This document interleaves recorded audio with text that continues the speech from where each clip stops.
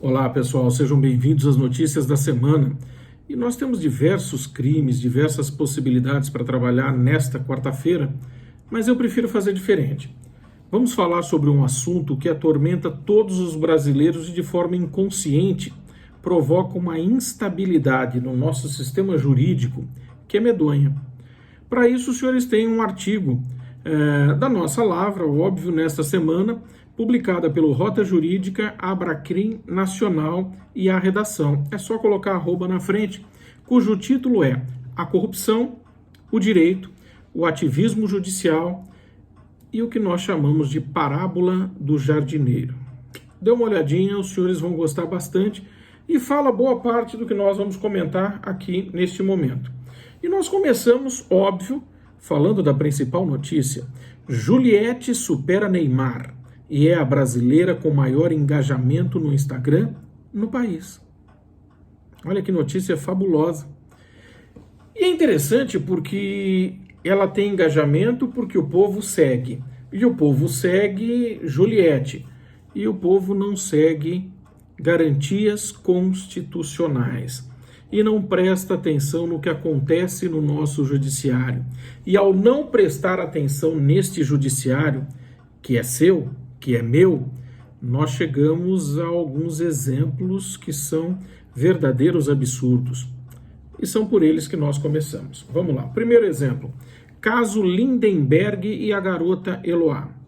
2008, Lindenberg entra na casa da namorada de 15 anos e lá, supostamente, acontece o assassinato onde Lindenberg mata Eloá.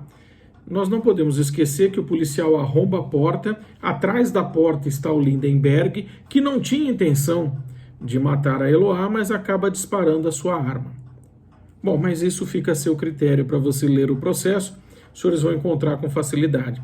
E o porquê dessa notícia? O Lindenberg foi condenado a 39 anos, 3 meses e 10 dias, e agora saiu a decisão da juíza, concedendo ao Lindenberg o que nós chamamos de regime semiaberto. Então ele progride do fechado para o semiaberto.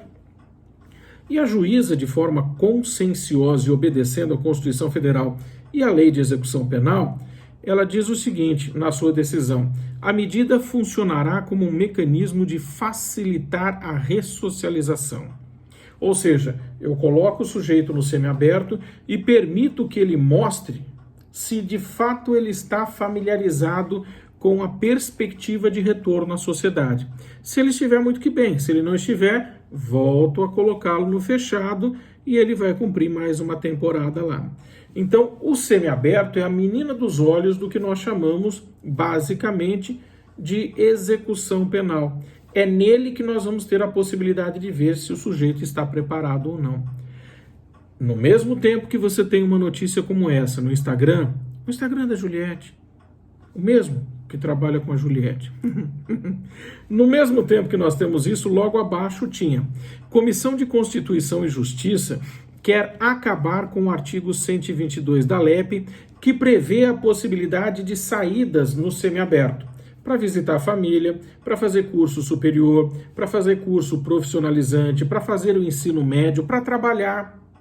Ou seja, o sujeito sai nesse período, exerce o seu trabalho, o seu estudo e retorna ao sistema prisional para dormir. E com isso ele mostra aos juízes que ele tem capacidade de adaptação e que mais cedo ou mais tarde ele vai poder estar inserido novamente no contexto social. Mas a Constituição, ou a Comissão de Constituição e Justiça, quer extirpar isso, deixar o sujeito preso tempo integral e depois simplesmente jogá-lo na sociedade. E eu chamo a sua atenção para ambientes onde juízes e promotores de execução não frequentam, são totalmente separados da sociedade, não tem fiscalização, portanto não tem a perspectiva de ressocialização e de repente eu simplesmente vou deixar o sujeito na rua para que você tenha ele na rua e possa conviver com ele. Vamos lá?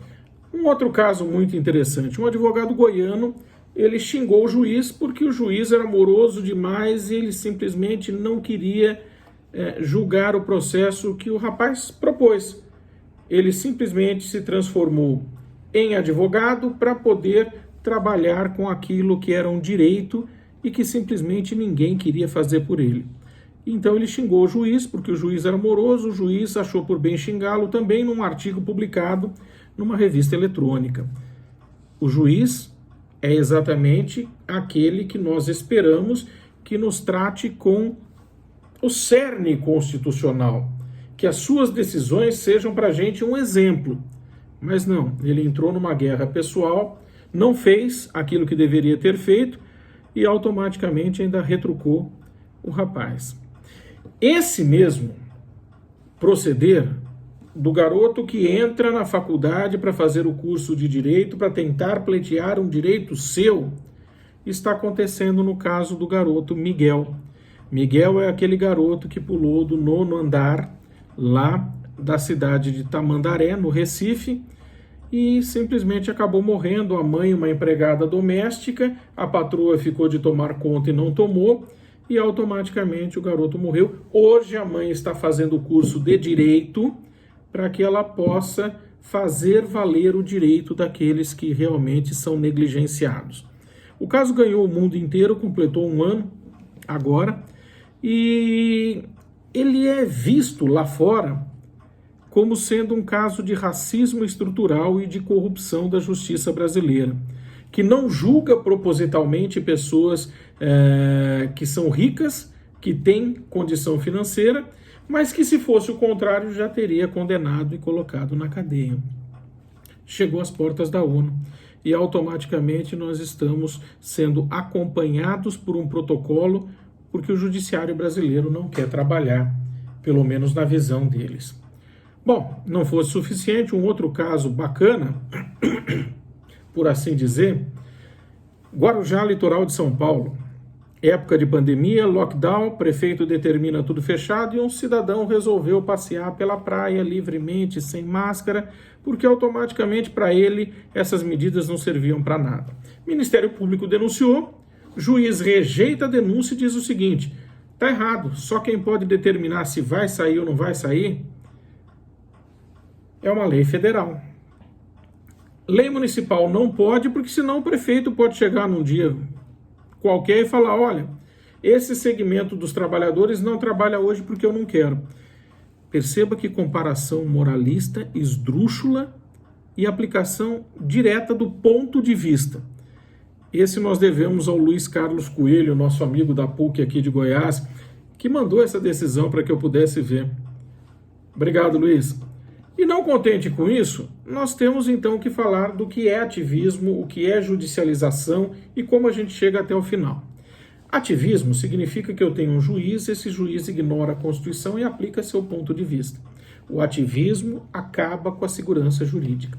Ou seja, você para de bater no judiciário porque você fala: eu não tenho segurança nenhuma, não tem lei, não tem Constituição, não tem base para pleitear um direito, e isso daqui vai virar um recurso absurdo e nunca vou ter a satisfação do que eu queria. A judicialização diz o contrário, diz que qualquer coisa pode chegar às portas do judiciário e automaticamente o judiciário pode querer dar a sua opinião. Seja político ou social, ele vai dando a sua opinião e nós chegamos à marca de 131 mil processos no STF discutindo esse ativismo jurídico dos juízes de primeira instância. Bom, todo esse cenário reflete no que nós chamamos de falseamento da vontade popular. As pessoas começam a achar que, de fato, não existe segurança. Se não existe segurança, começam a proliferar os discursos de ódio na internet, no Instagram, no Facebook, no YouTube e assim por diante. Isso desestabiliza a democracia. E a democracia, ela só tem o seu lastro se nós observarmos o garantismo.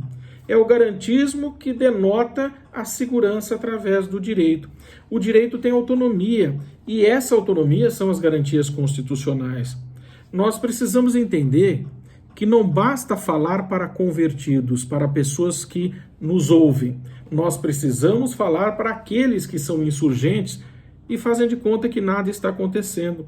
Nós precisamos acordar a Juliette para que o Instagram tenha mais voz e nós consigamos alcançar um número maior de pessoas. Fiquem com o meu mais forte abraço e até o nosso próximo encontro, se Deus quiser.